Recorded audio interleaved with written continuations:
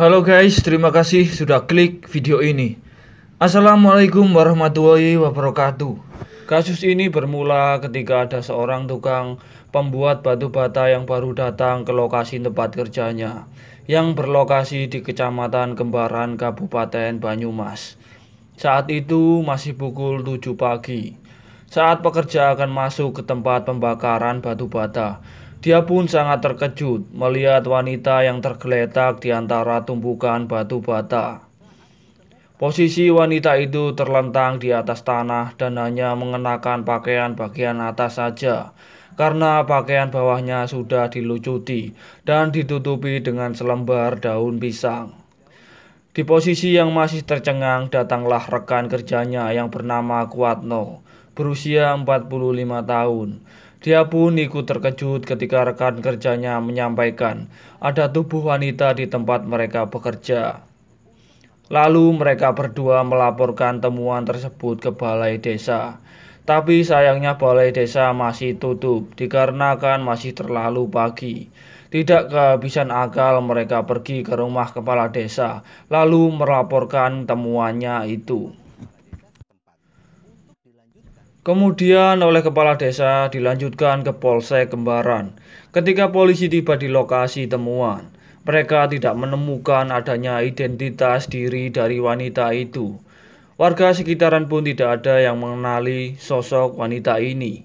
Wanita ini memiliki ciri-ciri menggunakan sweater berwarna hijau, rambut pendek berwarna pirang, serta menggunakan jam tangan.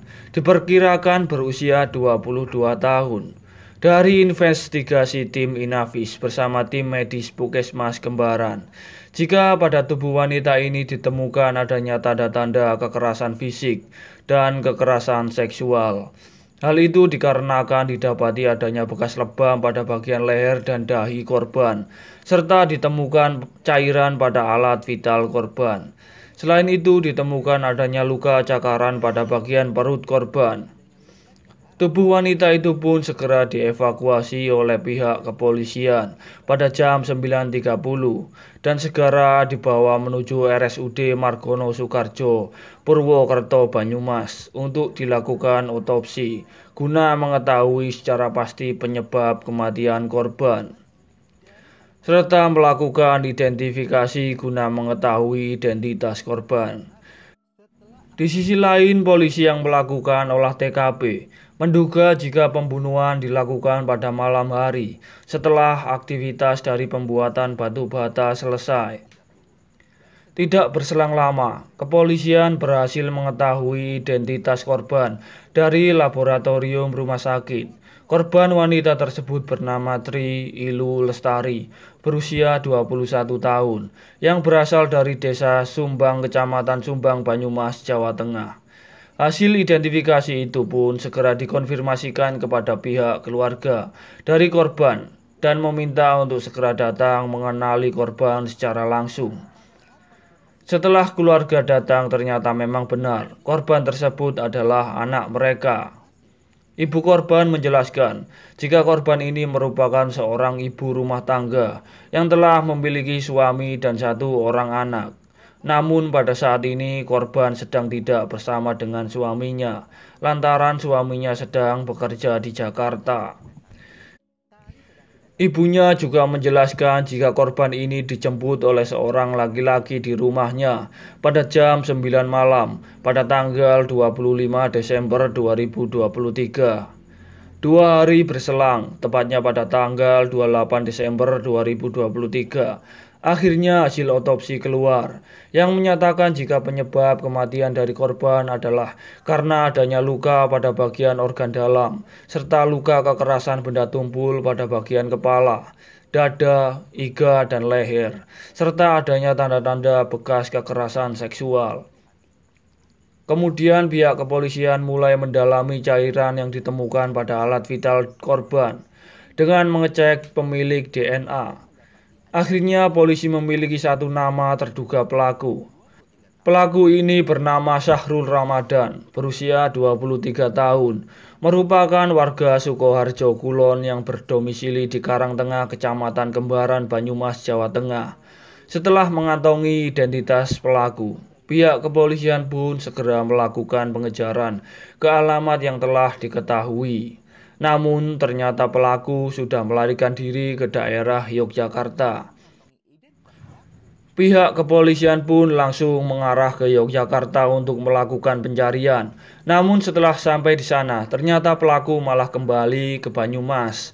Polisi yang pantang menyerah akhirnya pada hari Minggu, tanggal 31 Desember 2023, sekitar pada jam 5 sore.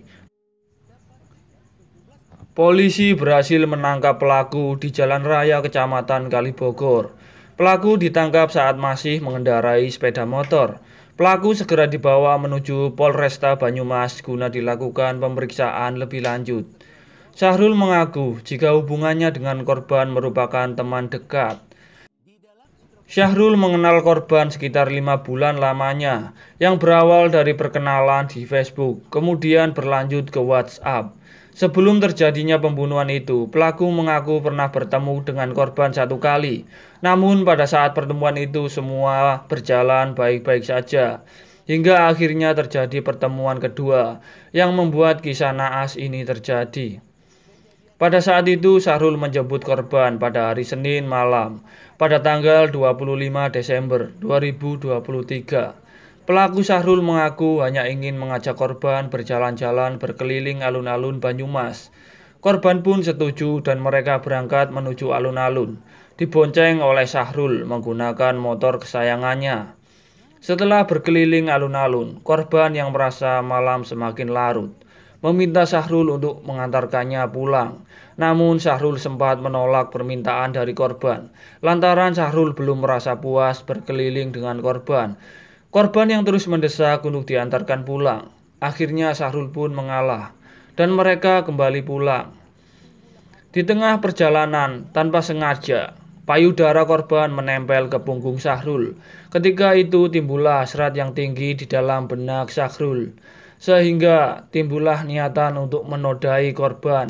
Di sepanjang jalan sambil mengendarai motor, Syahrul pun berpikir di mana tempat yang sepi untuk mengeksekusi korban. Dan sesampainya di suatu tempat yang dianggap cocok oleh Syahrul, yaitu di tempat pembuatan batu bata yang tadi, Syahrul pun langsung menghentikan laju motornya. Tanpa basa-basi, Syahrul menendang korban hingga jatuh terlentang di tanah. Lalu dia pun menggenggam leher korban sembari memukul kepalanya menggunakan helm. Lalu mengambil potongan kayu yang ditemukan di sekitaran lokasi dan memukulnya ke arah tubuh korban berkali-kali hingga korban pun kehilangan nyawanya. Setelah korban tidak bernyawa, Syahrul pun menanggalkan pakaian bagian bawah korban, lalu menodainya dan melampiaskan semua hasratnya pada tubuh korban yang sudah tidak bernyawa itu. Setelah puas, Syahrul pun mengambil barang milik korban berupa ponsel dan tas yang berisikan uang senilai 385.000, lalu meninggalkan tubuh korban di tempat tersebut. Syahrul pun mengaku jika dirinya kecanduan film biru yang mengakibatkan dirinya pun tidak bisa mengontrol hawa nafsunya sendiri. Untuk mempertanggungjawabkan perbuatannya, pelaku dijerat dengan pasal berlapis, yakni 340 KUHP, subsider 338 dan 365. Tentang pembunuhan, pencurian, kekerasan, dan penodaan, di mana Syahrul ini terancam hukuman mati. Guys, dari kasus ini, admin masih bertanya-tanya, kenapa keluarganya mengizinkan anaknya untuk pergi malam hari dengan pria yang bukan mukrimnya, yang seharusnya hal tersebut tidak boleh dilakukan wanita yang sudah menikah. Norma, adat, dan hukum sudah dilanggar, maka inilah akibatnya. Sampai di sini Adi Story menyampaikan. Sampai berjumpa lagi di video selanjutnya.